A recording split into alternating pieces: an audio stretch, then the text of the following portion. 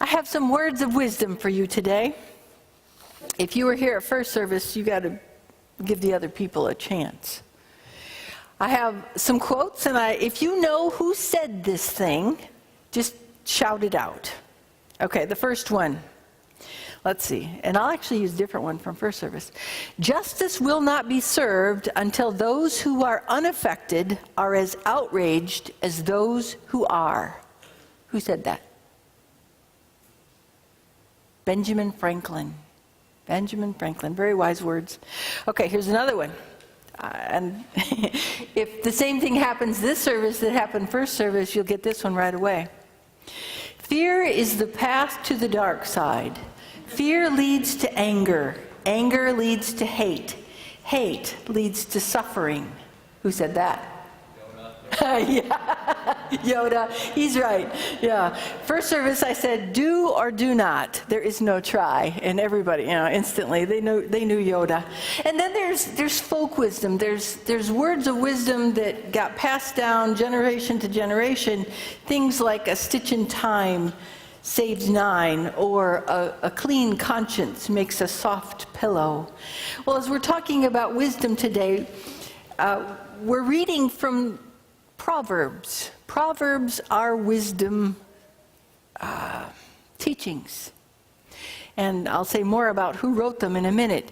This is Proverbs 1:20 to 33.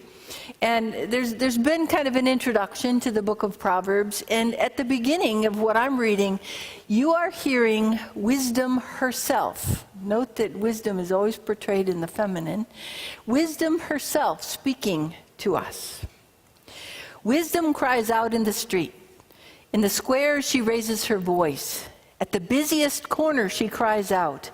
At the entrance of the city gates, she speaks.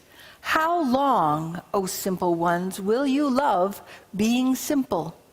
How long will scoffers delight in their scoffing and fools hate knowledge? Give heed to my reproof. I will pour out my thoughts to you. I will make my words known to you. Because I have called and you refused, have stretched out my hand and no one heeded, and because you have ignored all my counsel and would have none of my reproof, I also will laugh at your calamity. I will mock when panic strikes you. When panic strikes you like a storm and your calamity comes like a whirlwind, when distress and anguish come upon you, then they will call upon me, but I will not answer. They will seek me diligently, but will not find me, because they hated knowledge and did not choose the fear of the Lord, would have none of my counsel, and despised my reproof. Therefore, they shall eat the fruit of their way and be sated with their own devices. For waywardness kills the simple, and the complacency of fools destroys them. But those who listen to me will be secure and will live at ease without dread of disaster. So wisdom speaks to us, words admonishing us to pay attention ahead of time. Pay attention when we're growing and learning and being open to what wisdom has for us. Wisdom teaching is as old as time. We're studying today the Proverbs, which were written by Solomon. Solomon was the son of King David. Bathsheba was his mother, if you remember that story. Okay. Remember that Solomon was very, very wise. He was the one who was posed with the case of the two mothers, and one's infant had died in the night, so the other had stolen the live baby and took her for her own. And so they went to Solomon to decree whose child it was, and he said, he didn't know. So his solution was to split the child in half, and gee, that would be fair. But then one mother volunteered, no, don't do that. You can give this baby to this other woman because she didn't want that baby to die. And the king obviously realized that this is the real mother because of that compassion, that sense of love, that she was willing to sacrifice her child just so that her child would live. That's wisdom. Solomon, we read Josephus was a historian that lived way, way, way back. This is even before Jesus was born. And he wrote all history of that period. And he wrote that when Solomon was made king after his father's death, he was only 14 years old. Can you imagine being a ruler when you're just 14 years old? And about that same time, we read in First Kings what Solomon asked of God. Listen to this. Solomon loved the Lord, walking in the statutes of his father David. Only he sacrificed and offered incense at the high places. The king went to Gibeon to sacrifice there, for that was the principal high place. Solomon used to offer 1,000 burnt offerings at that altar. At Gibeon, the Lord appeared to Solomon in a dream by night. And God said, "Ask what I should give you." So he's given him a free pass, said, whatever you want, ask and I'll give it to you. And Solomon said, "You have shown great and steadfast love to your servant my father David, because he walked before you in faithfulness, in righteousness, and in uprightness of heart toward you. And you have kept for him this great and steadfast love, and have given him a son to sit on his throne today. And now, O Lord my God, you have made your servant king in place of my father David, although I am only a little child.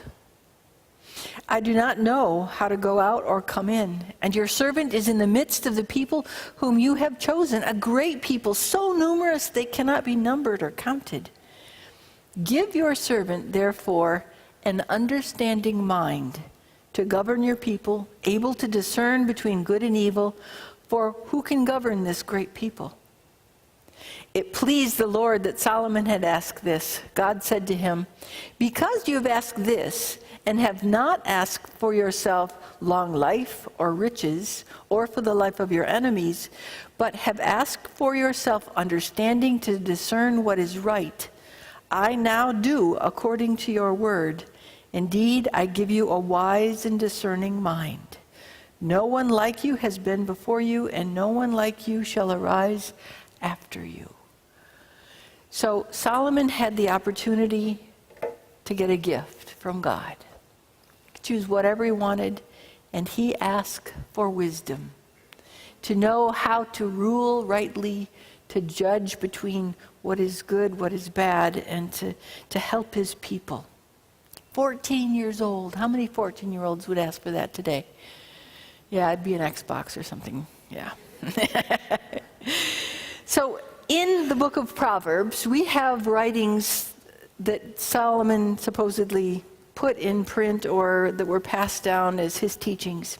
And the book of Proverbs helps us realize and remember what is really most important. Eugene Peters, he's the guy who wrote the Message. He retranslated the Bible and transcribed it into the Message. And each of the books has an introduction. And I loved his description of Proverbs. He writes, "Many people think that what's written in the Bible has mostly to do with getting people into heaven, getting right with God, saving their eternal souls. It does have to do with that, but not mostly. It is equally concerned with living on this earth, living well, living in robust sanity. In our scriptures, heaven is not the primary concern, to which earth is just a tag-along afterthought. No." And he quotes Jesus' prayer, the Lord's Prayer, "On earth as it is in heaven," that was Jesus' prayer for us. Wisdom is the biblical term for this on earth as it is in heaven, everyday living. Wisdom is the art of living skillfully in whatever actual conditions we find ourselves. Let me put a pause right there. Wisdom is the art of living skillfully in whatever actual conditions we find ourselves. Whether we're rich or we're poor, whether we're stressed or perfectly relaxed, whether we're, happily married or struggling, or we've never been married, or we're divorced, or we're, any situation in life, wisdom is what we need to live skillfully. I like that. He goes on to say, it has virtually nothing to do with information as such, with knowledge as such. A college degree is no certification of wisdom, nor is it primarily concerned with keeping us out of moral mud puddles. I love that. Although it does have a profound effect upon us. So he's saying, yes, college is good. It teaches us and it has a profound effect upon us, but it doesn't necessarily make us wise. We might learn information, but wisdom is different from knowledge. He says wisdom has to do with becoming skillful in honoring your parents and raising our children, handling our money and conducting our sexual lives, going to work and exercising leadership, using words well and treating friends kindly, eating and drinking healthily, cultivating emotions within ourselves and attitudes toward others that make for peace. Threading through all these items is the insistence that the way we think of and respond to God is the most practical thing we do. It matters. In matters of everyday practicality, nothing, absolutely nothing, takes precedence over God. So what he's saying is, if we are wise, we keep God as our primary goal of staying connected, staying in tune with, staying right with God. That if we're wise, all those areas of our life are lived according to the way God would have us live. There's stuff in Proverbs. I want you to read Proverbs, but you might want to take it in small doses and remember that this was written a very, very long time ago when culture was different. But I think what you'll find in there is there's advice that is just as true for us today as it was then. Advice a lot about relationships and how to be in relationship with other people, about honesty, how to be a good wife, a good husband, a good child. All of that stuff. It's good stuff. Now, reading it and absorbing it and living it can be two different things. Wisdom is a gift from God, more valuable than gold. And if we have the ability to be wise, to make wise choices and decisions, it makes our life here on earth so much better, so much better. When we exercise wisdom in the choices that we make, it flavors the outcome. Because we don't make decisions rashly. We stop and we think. We consider the consequences of, if I do this, then this will happen. No, I don't want that, so maybe I better do this. Or, it's considering consequences and learning from past mistakes. That's all wisdom. I know that every parent and every teacher on earth wants to be wise. We want to raise children to be not only smart, but secure in love. Secure knowing that we love them, God loves them, just the way they are. And as they grow, that there's a community surrounding them that will help them grow up. It's not just church, it's not just family, it's not just school, but it's all of us working together. So every parent and teacher hopes we can pass on to our children that sense of who they are. Far too often human beings are drawn to the quick and easy and simple answers. We want to do what comes to mind and takes very little effort and hopefully will take us in the direction we want to go. We fail to put forth that effort over the long haul that is what it takes to make a lasting change. My diet is one such thing. You know, everything in our life, isn't that true? Everything you do, it's a time over time process. Whether you change the way you eat, you can change the way you eat for a month and lose weight, but if you go back to the way you were eating, you're going to gain the weight back. If you change the way you study as a student, and you don't procrastinate, and you do the study day by day, you're going to have much better outcome. So we have to put forth that effort instead of just going for the low-hanging fruit and hoping that somebody else will do the heavy lifting for us. This is why we hear that call of wisdom that I read from Proverbs saying, how long? How long? And warning us that there are consequences to us ignoring wisdom's call. Consequences to our complacency. We see this all around the world and in our relationship to nature and the earth. And knowing that if we don't do something, if we don't change the way we live and lighten up our carbon footprint, the world that our great-grandchildren live in is going to be nothing as beautiful as what we enjoy. We're already reaping the effects of the atmosphere changes and the changes of weather, and it is important. Our complacency needs to be removed in regard to that. The consequences of how we live now don't just affect this life. They also affect our next life. It all works together. The consequences are just as real in this life, and they not only affect ourselves, but they affect our children and our grandchildren and our community and our whole planet. This is why it's so vitally important that we pay attention and stop ignoring what we know deep down in our hearts to be true.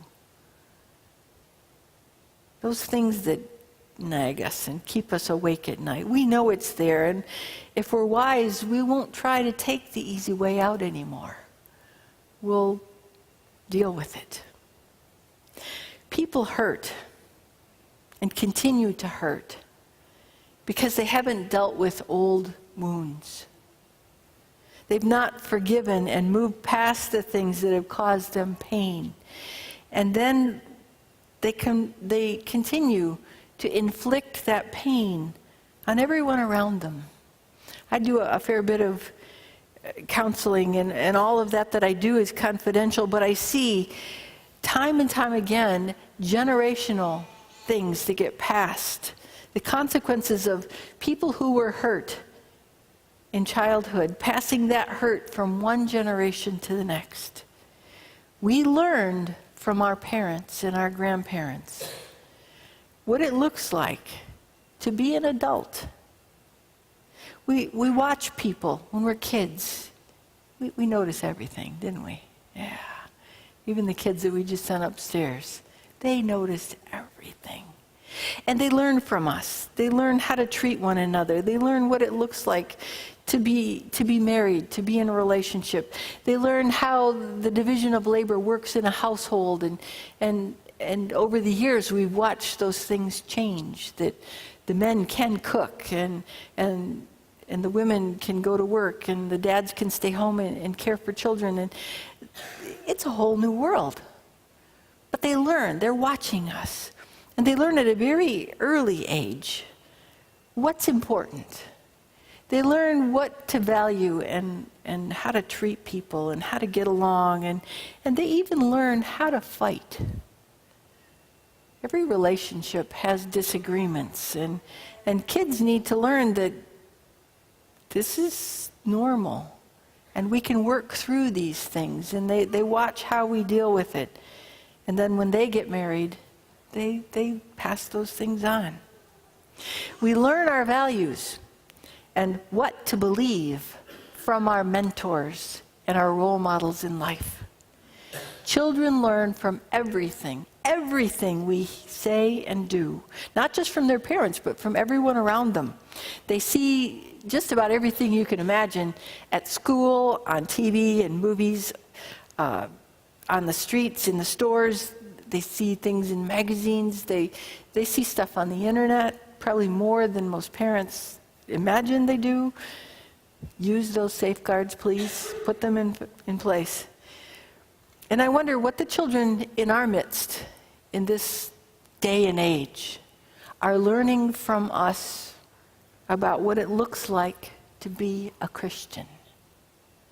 There's been so much going on in the news, and I wonder what kids think about what does it mean to be a Christian.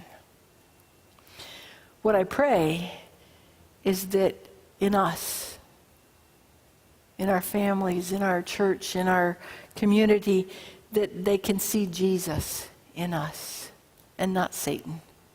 That they can see love and not hate. That they can see compassion and not judgment. I pray that they see humility and obedience to God in us more than they see pridefulness or self-seeking. The only way that this will be true is if we are intentional to live in such a manner that those are the attributes that are present every single day. Yeah, we're not perfect, are we? We make mistakes. The kids are going to learn from that too. They learn from how we handle ourselves in the midst of that. Oh my gosh, I can't believe I just said that or did that. And they're going to watch you go and ask forgiveness. And they're going to learn from that. If we are intentional to live in such a manner, they're going to see wisdom being lived out in their daily lives. They're going to know what it looks like to seek God, to know God's will and to follow it, to love our neighbors as much as if not more than we love ourselves. I suspect that if Solomon were here today, he would tell us that we need to love each other with that same kind of sacrificial love that mother who was willing to give up her child in order to save its life. And it also in order to calm the grief and the pain of that other mother. It wasn't convenient. It wasn't easy. And it's not without great sacrifice that we show the love of Christ to other people. Jesus was willing to die for us, knowing that God's love extends past the boundaries that we know in this lifetime. And that kind of eternal timeline gives us hope and peace too. Wisdom teaches us the importance of everyday choice. That every word, every deed we do matters. All of us, especially those who have been parents, are teachers. And even those who aren't parents are teaching the people around us what it means to be a Christian, what it means to be an adult, a husband, a wife, or just plain a human being with whom God is not finished yet.